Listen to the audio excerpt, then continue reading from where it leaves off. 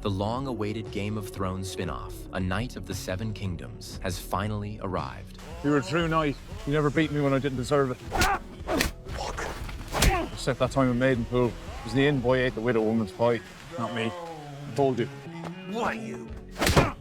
Doesn't matter now. The story begins with the death of Sir Arlan, the mentor of Dunk. The aging knight passed away before he could formally knight Dunk, leaving his pupil without the title he had dreamed of all his life. Determined to pursue that dream, Dunk makes a bold decision. He takes the old armor Sir Arlan left behind and his worn-out horse, and sets out for the Reach, planning to pose as a knight and compete in the tournament at Ashford Meadow. Along the way, he stops at an inn where he encounters a bald boy. Mistaking him for a stable hand, Dunk orders the boy to clean his horse. The boy's attitude is terrible, forcing Dunk to half-threaten, half-bribe him, promising a copper coin if he does a good job, and a beating if he doesn't. What Dunk doesn't realize is that the boy is actually a prince of House Targaryen, someone who will one day become the 15th king of the Seven Kingdoms. From the innkeeper, Dunk learns that Ashford Meadow is still a full day's journey away. The woman eyes the armor Dunk carries with thinly veiled mockery, clearly looking down on him. When Dunk steps outside, he is stunned to find the bald, stable boy wearing his armor and proudly sitting atop his horse. Dunk rushes over and yanks the boy down, angrily scolding him,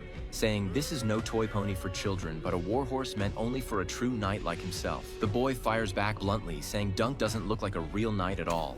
I'm a knight, I'll have you know. You don't look to be a knight. What, all knights look the same, do they? No, they don't look like you either.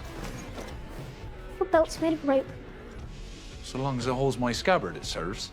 Are you going to the tourney then? After hearing that Dunk is heading to the Ashford tourney, the boy insists on tagging along, arguing that every knight needs a squire. Dunk flatly refuses, tossing a single copper coin onto the ground as payment and leaving him behind. The next day, Dunk finally arrives outside Ashford Meadow. The tournament grounds are still under construction, wooden stands rising as crowds bustle with excitement. He makes his way to the castle and approaches the guards, hoping to register with the official in charge. Dunk claims he served Sir Arlan since childhood and was knighted by his master with a sword on his deathbed. The official, however, looks puzzled and admits he has never heard of any Sir Arlan, causing Dunk's heart to sink, and asks whether anyone witnessed the knighting. When Dunk admits there were no witnesses, the official's expression turns cold as he warns that anyone who lies about knightly vows will be stripped naked, tied to sharp wooden stakes, and put on public display. Dunk turns pale, stammering as he tries to explain, only for the man to suddenly burst out laughing and admit he was just joking. He then informs Dunk that a prince himself will be competing in the tourney, and as a result, commoners and sellswords are not allowed to enter. Watching the tall young man turn away in disappointment, the official feels a flicker of sympathy and asks whether Sir Arlan ever served another noble house. Dunk recalls his mentor once mentioning service to House Dorne,